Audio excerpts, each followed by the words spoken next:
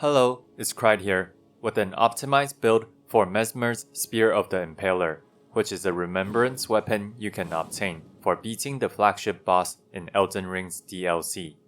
Today, I'm going to show you how to build and optimize an effective build with this Greatspear, not just a thematic one that I'm sure you can build yourself or is probably already all over YouTube, by basically slapping everything related to Messmer into a build.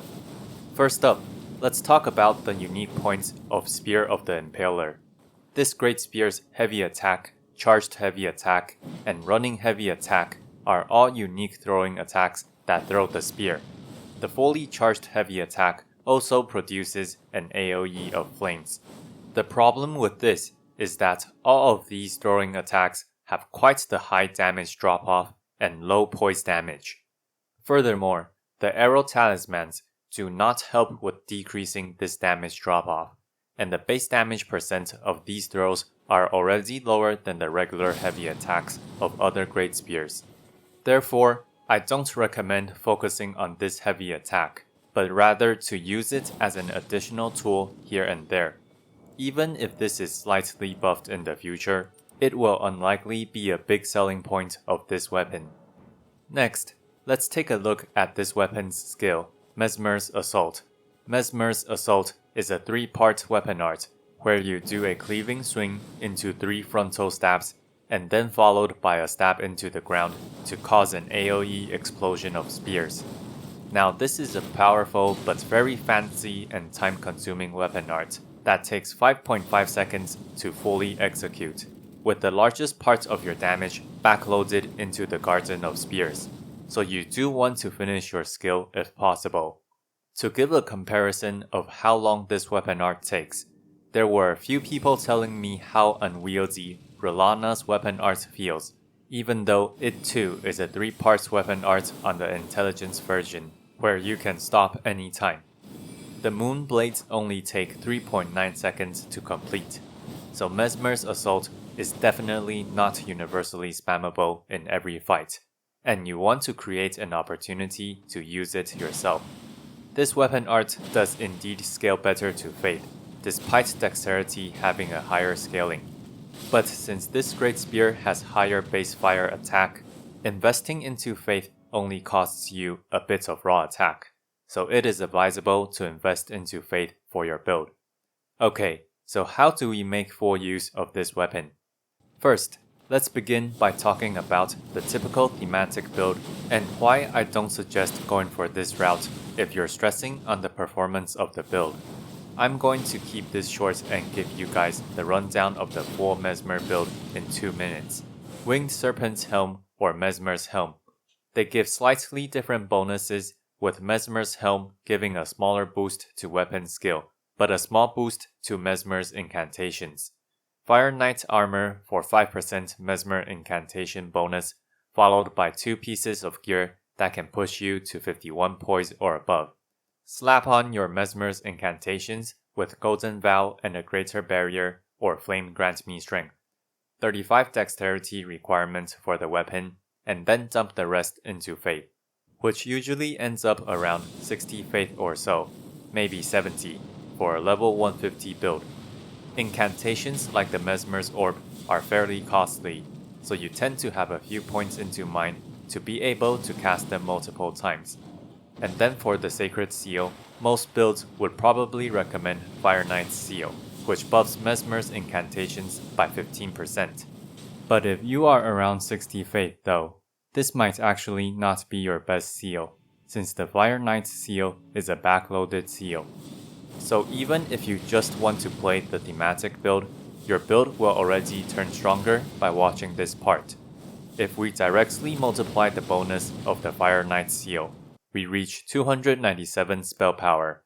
But for anyone who knows about defense, you will know that this 15% damage calculation is done after the defense check.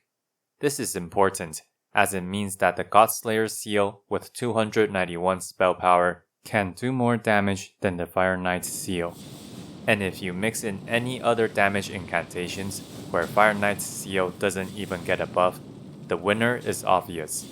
Above 60 Faith though, I would transition to the Fire Knight's Seal if you're not casting other incantations. Yes, you can technically dual wield Sacred Seals, but for the purpose of focusing on the Spear of the Impaler, rather than being a main caster, let's just use one single Sacred Seal as the comparison. Alright, so what's the problem with this build? The first thing is the stat distribution. As mentioned, Spear of the Impaler requires a very high 35 dexterity points while you want to invest into Faith. Unlike strength builds, you can't two-hand the weapon for a 1.5 times strength multiplier to solve this issue. This means that you can't draw out the backloaded power of the Fire Knight's Seal, and your incantations also suffer from having lower Faith for lower damage.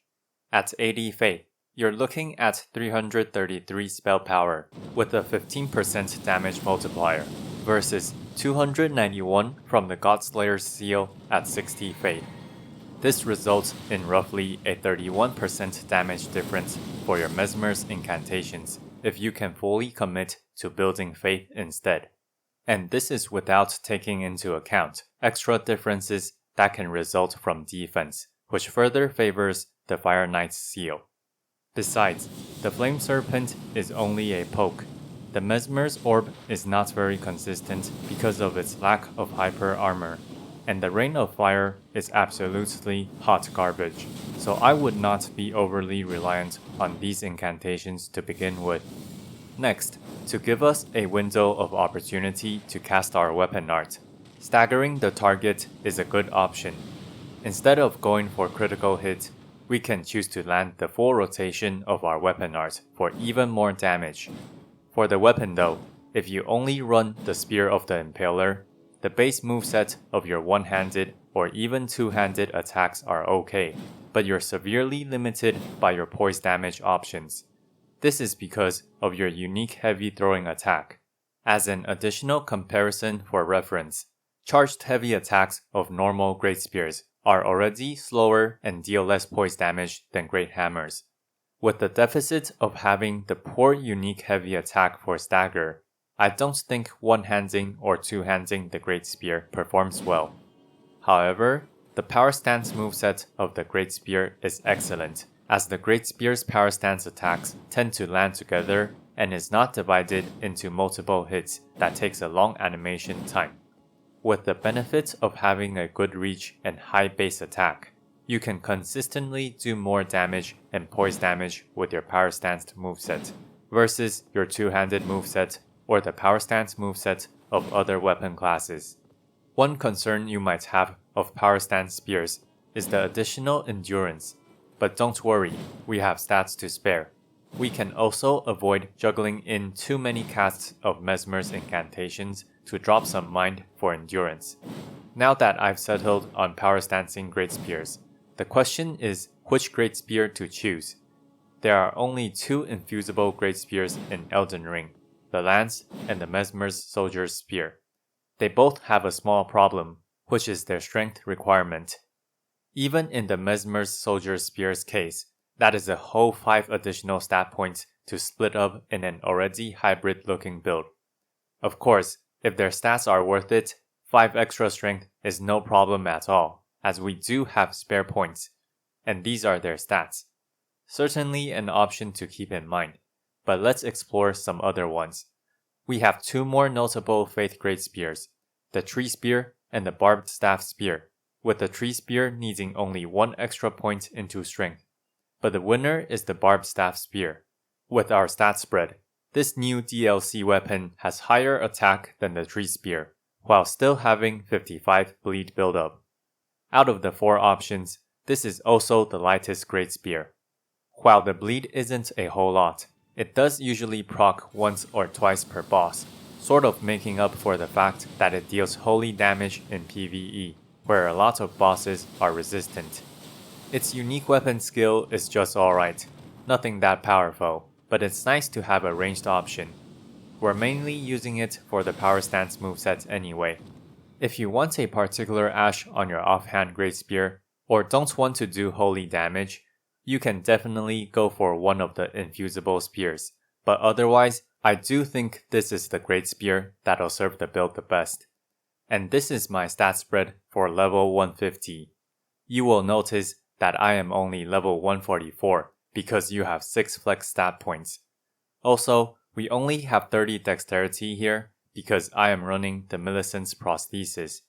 15 mind is exactly enough FP to cast 3 full rounds of Messmer's Assault without drinking a pot.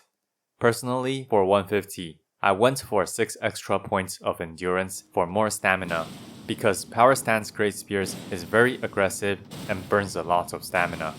If you like to, you can invest the 6 points into more faith for damage, strength to use one of the infusible Greatspears, or mind if you cast a whole lot of incantations or weapon art spam.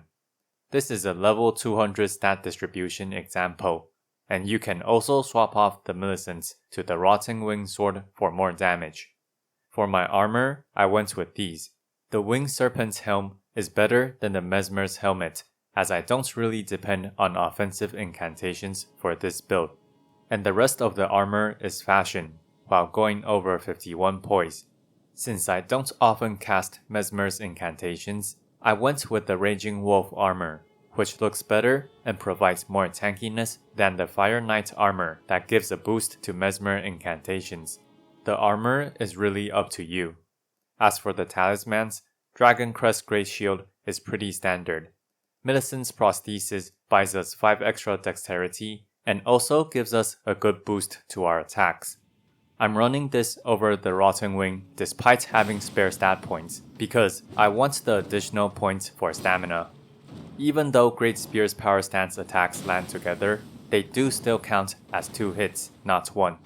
And your running power stance attack can easily get full stacks with just 1 cast.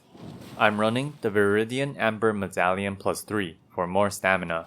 Usually, stamina isn't a big issue, but this allows me to be very aggressive with power stance Greatspears. This is especially useful as your weapon art is also melee ranged. Furthermore, after you stagger your enemy, you want to chain into your weapon art as soon as possible to get the full chain off. The problem is, if you run out of stamina before you finish Messmer's Assault, you can't cast its follow-up attacks. It really sucks when you're 2 hits into the weapon skill and run out of stamina for the final fat damage. And finally, I'm running the Claw Talisman, as the Greatspear's power stance jump attack is great. It has good range, good poise damage, and great damage. As an extra note, using lots of jump attacks definitely contributes to why the stamina investment on this build is high. I use this jump attack much more than the weapon art, so I went for the Claw Talisman over the Shard of Alexander, as I don't feel like the weapon art is very spammable. This is a flex slot though, so feel free to go for another defensive option, Shard of Alexander, or even the 2-headed Turtle Charm for more stamina regeneration. The reason why I don't run the 2-headed Turtle Charm is because I run the Green Burst Crystal tier for 15 stamina recovery per second, which is a whole 50% stronger than the charm. For the other crystal tier, I went with the always solid Opaline Heart tier. Like and subscribe for more weapon breakdowns or optimized builds like this one. If you want to support my work, please consider buying my fantasy novel or donating to my Patreon down below. With a book purchase, you can also request a topic from me, Krite, signing out.